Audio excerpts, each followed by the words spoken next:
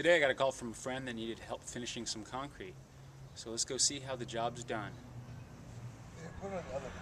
Okay, here we are at the job. We got about 3 yards of concrete to pour here. We're just marking the line for where the control joint is going to be cut before the concrete gets here. You want to make sure you do all this prep work before the truck gets here because you're not going to have any time once it's delivered. We're using some number 4, looks like 5 and 6 rebar. Make sure this slab doesn't go anywhere. Here's what we were waiting for. Hey, they're leaving. Hey, look, they made it back. I guess that means I have to work. You gotta make sure you wet down the soil, otherwise the concrete's just gonna suck up any moisture. So wetting everything down will keep the concrete from drying prematurely.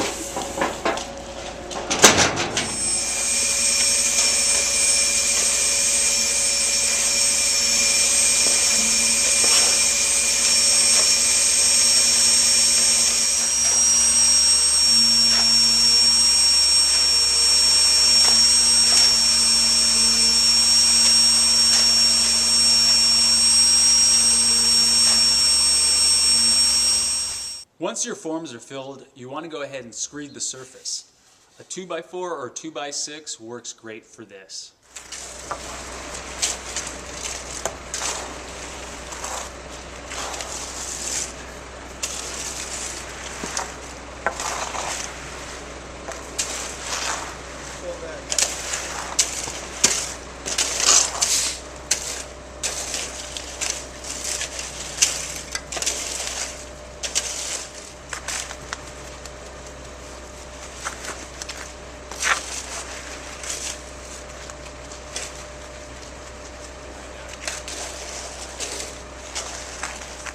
After screeding, you want to flatten the surface with a large wood float called a bull float.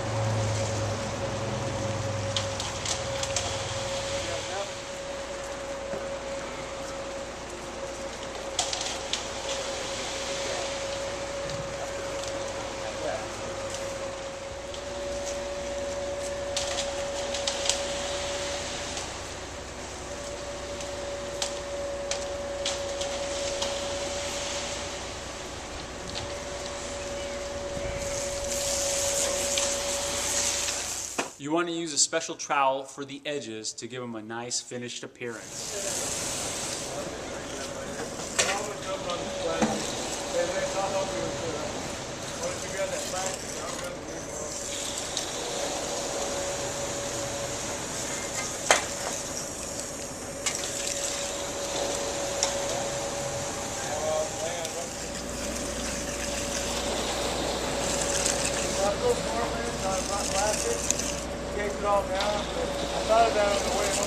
This tool here is going to go ahead and cut our control joints in the slab.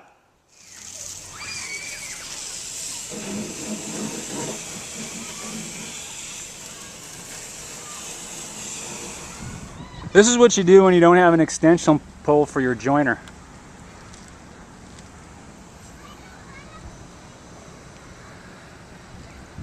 That's some acrobatics right there. This wood float is going to go ahead and smooth out any lines that we created from our other tools. My dad, my brother. Oh, talking about the spices? Yeah, but I don't know what the difference is. Well, they say it's easier to help you finish. They say, but I was wondering, like in the strength, keeps the concrete bonded better. I would think so, for sure. They say it bonds to the rebar better, everything. I'm usually the shovel man. This large steel trowel, commonly called a Fresno, will give our concrete a nice finished appearance.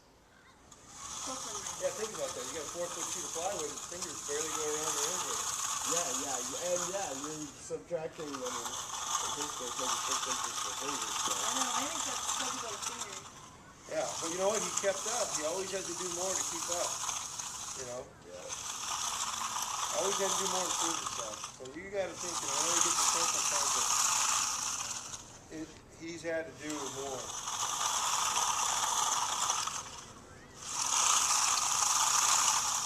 Look, Russ, this is you back in the practice. You're going to get excited again about it. I know. Be like, oh boy, I want to finish concrete again. No.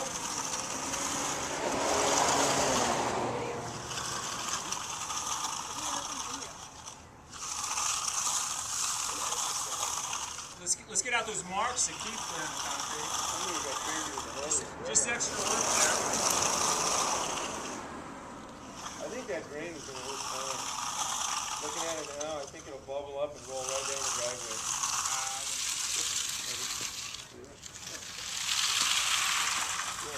You're quite a ways down there. Do me a favor. Yeah, block part of the driveway behind me.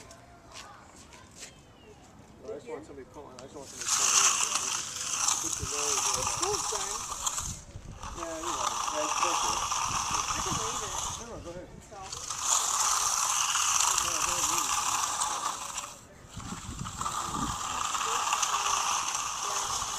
Well, that's coming out pretty good.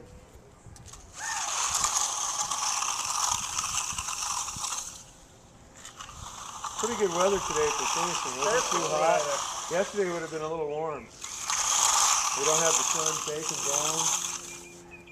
But we all will be under. Yeah, but at least the concrete's not going off. You know, like you said, I had A steel hand trowel is going to be our last chance to smooth everything out on that slab. With a tennis ball, you Yep. peg everything in the back. Oh yeah. That was better than the buns up. Yeah? You know what I mean? It was fun to throw them at the butt, but it was better when you drill something in the back. Oh, I missed. Yeah. Sorry. Oh no.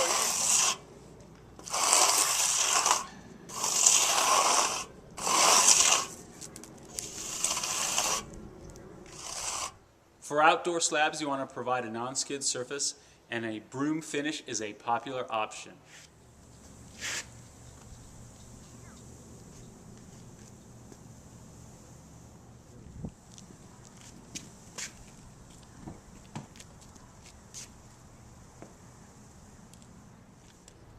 Good, Russ is helping me right now, man. Russ is the hero.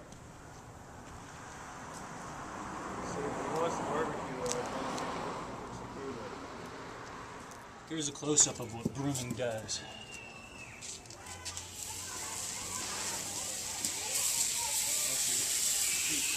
Nice non-skid surface. Job's all done. Nothing left but some cleanup work.